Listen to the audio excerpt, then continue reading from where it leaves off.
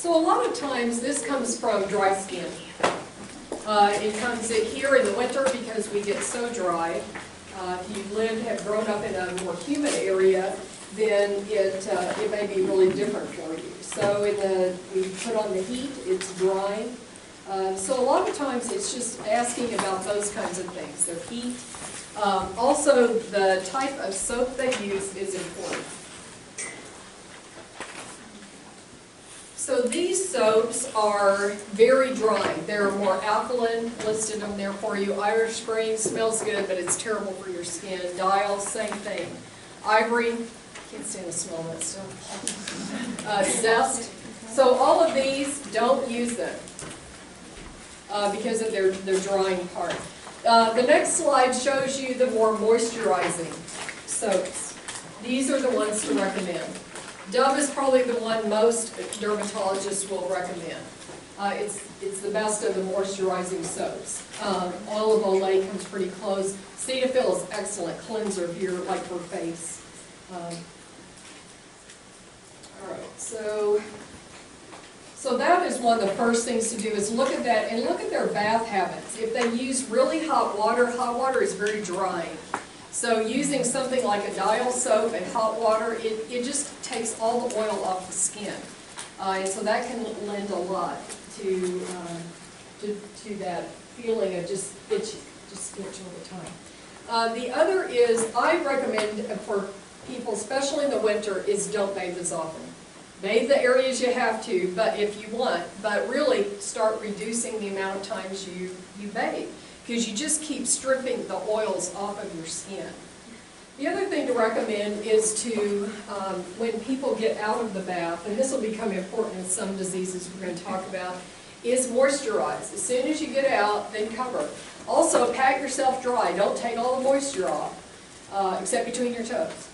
And then the rest of the area, the rest of your body, cover it with one of these great moisturizers, and your skin will thank you for it. So if people are complaining of lots of really skin that just itches, especially if it's widespread, address it with these things. The type of soap, using an emollient every day, aggressive skin washing. Don't need it. Unless you really smell, or you're doing physical labor. You know, people who are like construction workers, that's a whole different than sitting in a room all day that's, fairly climate controlled. Using a humidifier also, especially during the winter, if people are really complaining. I grew up in 50 miles from the Mississippi River, and so it was humid all the time.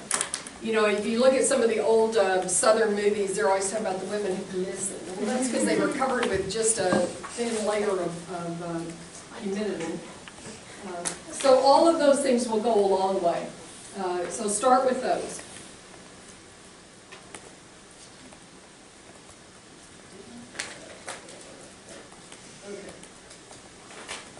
Okay. Yes. So somebody who suffers from like folliculitis, what soap do you recommend then? That's not bad. Well, that you could use it for those areas, but you're not going to use it all over the body. That's what I'm saying, is don't use it widespread. So for very focal areas, that is perfectly fine. Okay, so other therapies that can be used for pruritus. So here, if you're looking at very focal, again, like a lesion that is pruritic, then you can use an intralesional corticosteroid. We've talked about those in the past.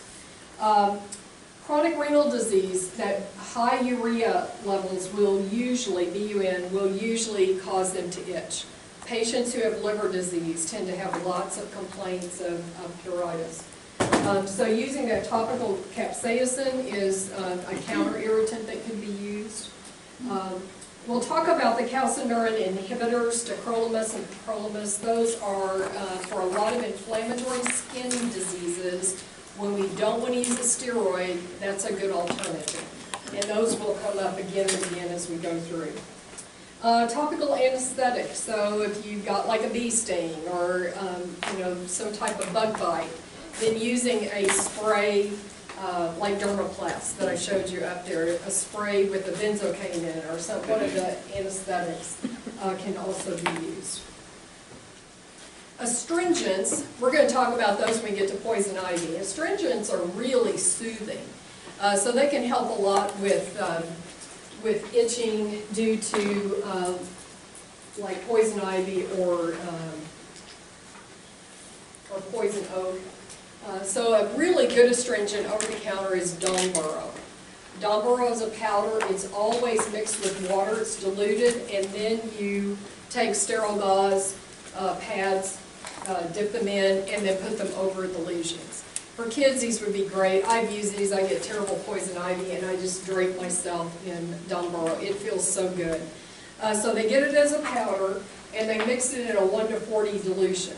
What does that mean when we put 1 to 40, or 1 to 5, or 1 to 12? What does that mean? So it's talking about parts. So it's 1 part of this and 40 parts of the other. Okay. So an ounce of Donboro, 40 ounces of water. You can get it that way. They give you a very easy one. Is 1 packet to a pint. You can't overdose on this. The only thing is you get it too thick and it may be messy, but you can't really go wrong on this one. And then soaking the areas 15 to 30 minutes. Usually I have them make up an amount, and then as they dry out, just continue to re-dip them and put them back on. So you can keep them on you as long as you want. Apply them as many times of the day as you also want.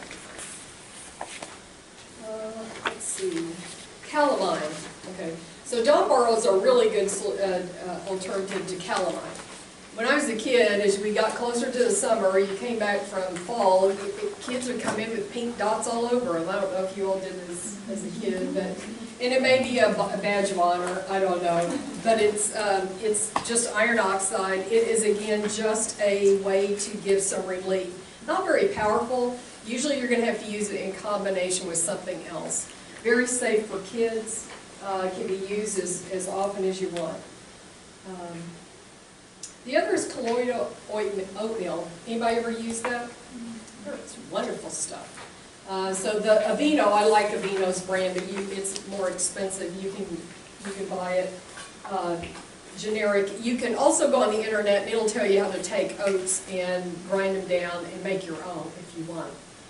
So this is a powder that you usually will tell people to dump in the tub and get in and soak. And it really relieves itching. Chicken pox, it would be a good one. Of course, we have vaccines against that now. But poison ivy, another good one, especially if you've got large area covered with lesions. These are good ones.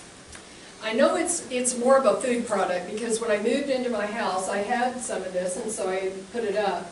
And the mice got in before the cat did. And they left everything else alone in this one area where I had things stored, but they ate the colloidal oatmeal. Yes, they did. They just chewed right through the package and ate the whole oatmeal out. Spread the rest of the stuff everywhere.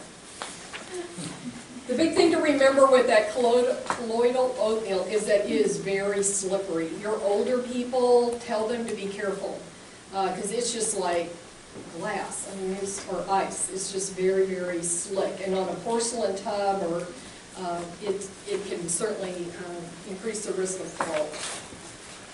Again, it can be used as often as you want to sit in that tub. You could do it. You can't overdo those. They're very much comfort. Then there's systemic therapies to help with itching. So the antihistamines, you are aware of those. You know those. I'm holding you accountable for those. The rest of these I'm not going to ask you about, but I want you to think about why would they be effective. We've got opioid receptor antagonists, we've got antidepressants, anticonvulsants, immunosuppressants. What would be one of the reasons why these products would be effective?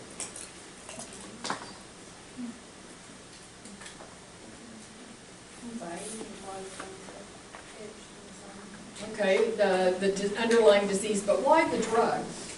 For just any general pruritus? If you think back, what about the side effects of a lot of those drugs? Run through your antidepressants again. Often, they affect the histamine receptor. And so we get anticholinergic side effects. It's the antihistamine part, the effects on the histamine. So some of these, we're just using them for other receptor effects. You usually would use these when the basics don't work or you need a higher gun to calm the itching down. So these are going to be seen more in chronic diseases, other organ diseases that are causing that pruritus to occur.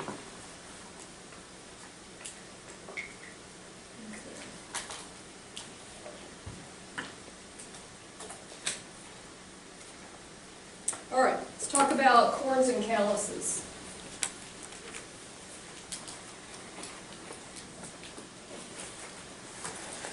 So the difference between a corn and a callus. One's raised, one tends to stay flat. They're very similar. So a corn is a raised, so everybody had a corn before? Anybody never have a corn? Oh, you are kidding me. I don't believe you. Okay. So, all right, I'll have to believe you. So a corn. So a lot of times it's going to be in a pressure area. So the little toe is commonplace to have a corn. So they are very hypertrophic, keratotic. They have a central core to them, and then they've got all this dead skin that builds around them. And unless you address the underlying problem, they'll just continue to grow. Calluses tend to be very flat. They tend to look like the skin around them. The imprints and ridges of that are of the skin around them, they will have it too. But they're almost always flat. Again, they usually will be on like the bottom surface, side of the foot. They also are responding to an increase in mechanical pressure. So you need to look for why is it that way. A lot of times it'll be inappropriate or ill-fitting footwear. So we talked about this in diabetes. Why would we worry about these in diabetes? They can ulcerate underneath because they become rock hard. So it's important to address them, especially in the person with diabetes. So our goal is to provide symptomatic relief. Those corns can be painful. Especially if they're allowed to get like that big. Calluses usually aren't so much painful, but they can get so big that they can be, especially on the side of the foot. We want to remove them, but we want to do it safely. So a lot of your patients are going to take a razor blade to their feet, and they're going to try to cut them off. So I'm going to show you ways that they can be done more safely. And we want to prevent their recurrence by looking for the reason why is it happening. Okay. So exclusions of self-treatment. Tell your diabetics never, ever, ever treat your own calluses and corns. Just don't do it. The stuff that's over the counter can cause ulcerations and breakdown of skin that then can lead to an ulceration. Especially if they have a neuropathy, they cannot feel when they are hitting skin that still has sensation. I would also tell them never let someone in a nail place do that. You can get these folks into a podiatrist, and that's probably your safest. Because they can shave it down, they can see them back, and they can continue, especially if you've got a very large callus, it takes time to reduce them. Corn's the same way. If they have peripheral circulatory disease, let's say you've got a smoker, they're in their 50s, 60s, they got poor circulation, please tell them don't address that. Send them to the podiatrist. The neuropathies also, lesions that are oozing or bleeding. Okay, we want those to be taken care of by a healthcare provider. If they've got an anatomic defect, if they've got a bunion or if they've got that Charcot arthropathy, we want those to be seen by specialists. If they've tried self-treatment before, some of these it's like, can you follow direction? Can you read and do it? And so it could be that it's either so big that it's not going to respond to self-treatment, which they could, or they can't properly apply it, or they didn't use a high enough strength. The products over the counter come in a very wide variety of strengths, and so they may just have not used a high enough. RA, so rheumatoid arthritis is another group that falls in there, that especially because you've got destruction of joints, and they may be bearing weight that is now unusual. Those folks also need to be seen by a specialist. Same would go for diabetics. If they've got a cord on top of a metatarsal head, have a podiatrist see them and take care of it. So success depends on eliminating the cause. I'm telling you a lot of times, if you've got women that are coming in with those narrow little shoes, that's probably the reason. Or they're too small. So that's the reason why, to get your feet measured. A lot of people aren't going to have to be able to do that. So pointing out to them, this shoe is not appropriate for you. It's not wide enough, and you can tell by, you know how to tell if they're long enough. Yes? Maria Jones told you. How do you check? You want at least a ½ inch between the end of the toe and the end of the shoe. Okay. Most women's shoes do not have wide toe boxes. That just is not elegant enough for most, and so they will suffer because of it. So one thing we want to do, because it's dead skin, we want to soften it up. Okay. So one thing we'll ask people to do, especially diabetics, is we'll ask them to put lotion on it at least twice a day. Here they could do it even more often. Some of these calluses on the sides of their feet are going to get even an inch thick, and then they'll start fissuring, which then causes us all kinds of trouble. So the first thing we want to do is tell them, when you get out of the bathtub, moisturize it. Don't care what you use. Cheap. Doesn't matter. Some people use Crisco. That's fine. It'll do it if that's all they've got.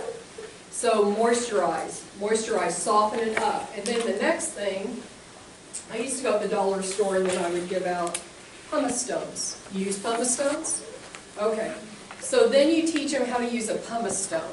So it's pumice, and it's abrasive enough that it will take off that dead skin layer.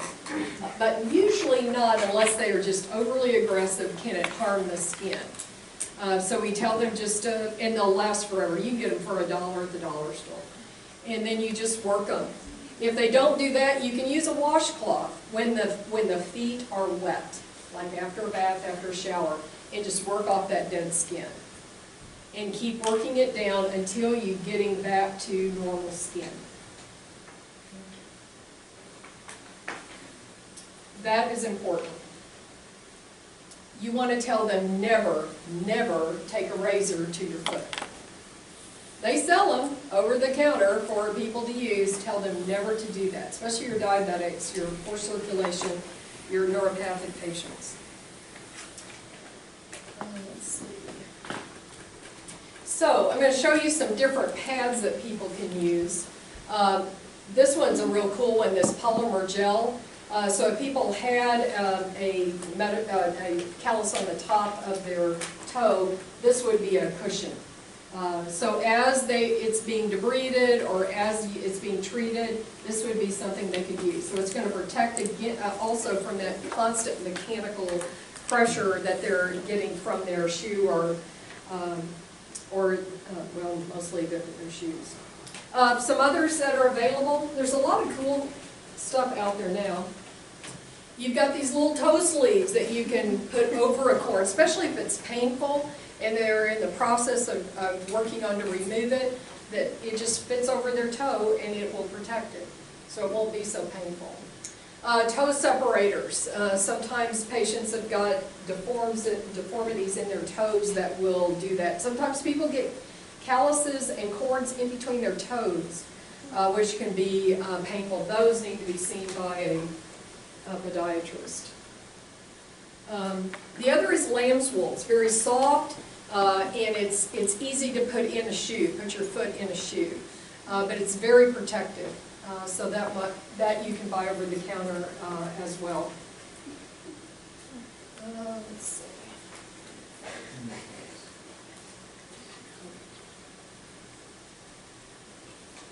The other is work with them on footwear. If you're dealing with a diabetic and they are insensate, if they've had a history of an ulcer, then you can refer them to an orthotist for footwear that has been molded for them. Now, Medicare has gotten really tight on this, but if they have a high-risk foot, then they can go and an orthotist will make molds of their foot that will correct pressure problems, and they'll make them inserts, and then they'll get special shoes, and they can put those inserts, change them out every 3 months. And that will go a long way in preserving that foot. So don't forget that option. So anybody that's got a neuropathy, past ulcers, would be number one folks to refer. Okay.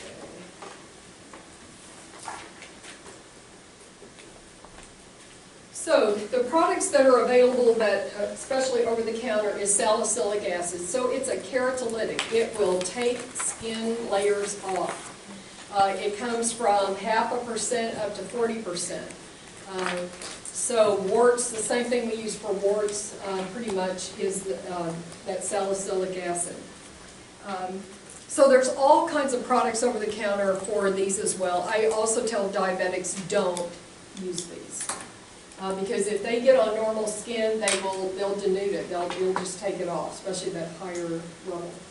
So what it does is it will, and they can be painful. So they can swell, it'll soften it, it'll macerate it, and it makes it much easier for the person to remove it. So it can be used in conjunction with those other things. I would really start with moisturize it. Take as much off as with the pumice stone as you can. If it still looks safe for self-treatment, then and it's a patient who can adhere to instructions, then I think it's okay to do. So you can get these corn plasters that are impregnated with salicylic acid.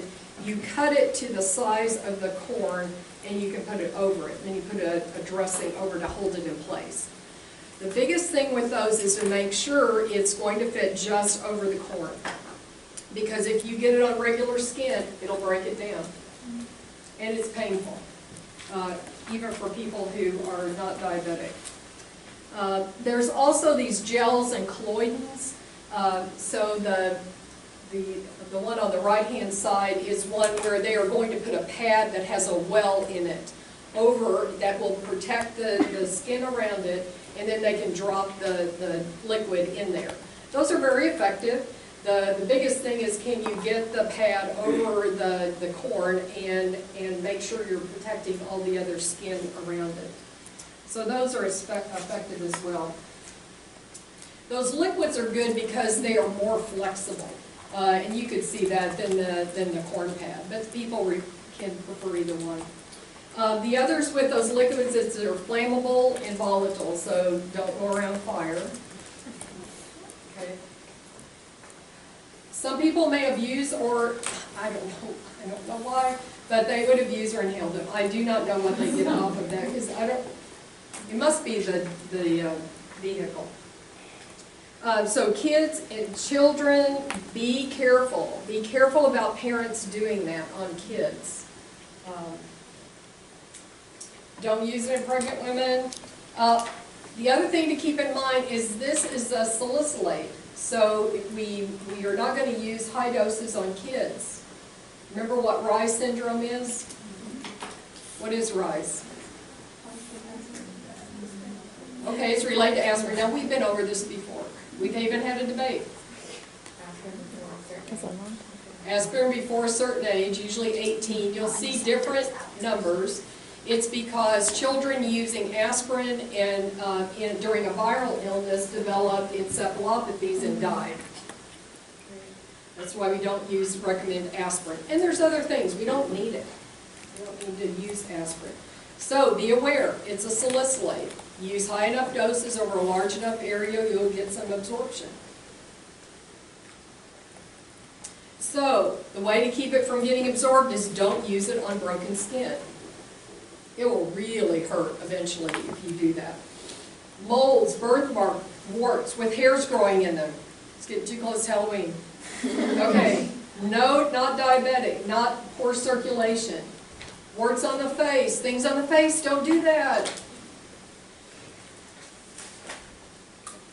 Applying the product, so you'll see that the Cloy-like vehicle is 12 to 17%. That's kind of in the mid-range of the dosing of the salicylic acid. Twice a day, keep it off normal skin.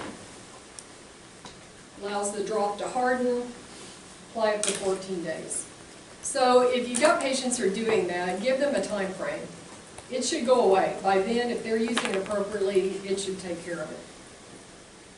The plasters, you can see they're much higher, 12 to 40%. Higher concentrations drive that drug into the keratin buildup.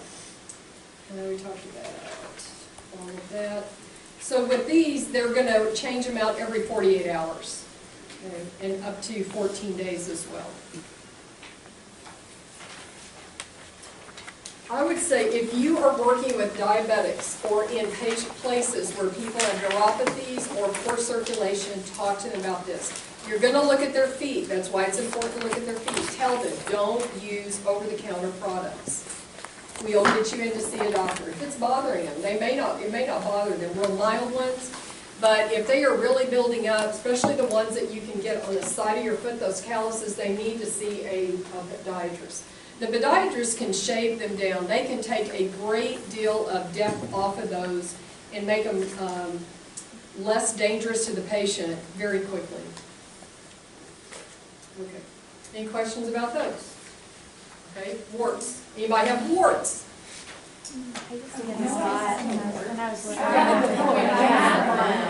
Pardon? You have one. Okay.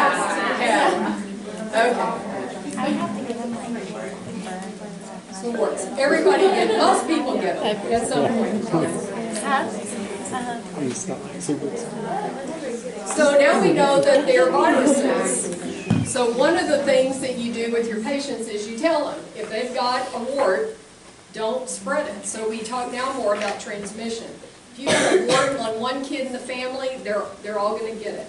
The only time in life, well, the time in my life where I had them was as a teenager, young 20. I was kissing those boys, of course. I know I was. They never showed me their, well, some of them did show their boys. Anyway, so it's transmitted. You give it to each other. Okay, top types of warts. Some of them are easier to deal with than others. They will all go away over time. Okay. So these are the common ones, often on the hands. We transmit them through the hands often. You hold hands with somebody who's got warts, probably going to get them. So this is the common wart. Here's one that's on the head, very, very fine, flat. Verruca, a term for warts. The ones on the feet are the hardest, I think the hardest to get rid of. So here I always get a dermatologist involved. They're just terrible to get rid of, and they can hurt. So this is the plantaris. These are the mosaic warts. Very I have never seen these. I don't know, has anybody ever seen them? Yeah. I think sucking your fingers in the mouth. I don't know if more around with kids. I don't know, I've never seen them. These, I think, are the most distressing. The filiform, they're very fine projections, and they multiply everywhere. They are really a difficult one.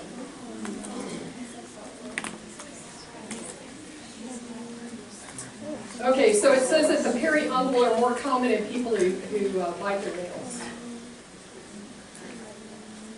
All right. 70% will go away in 2 years. So it's a virus, your body will get rid of it. They will often come back.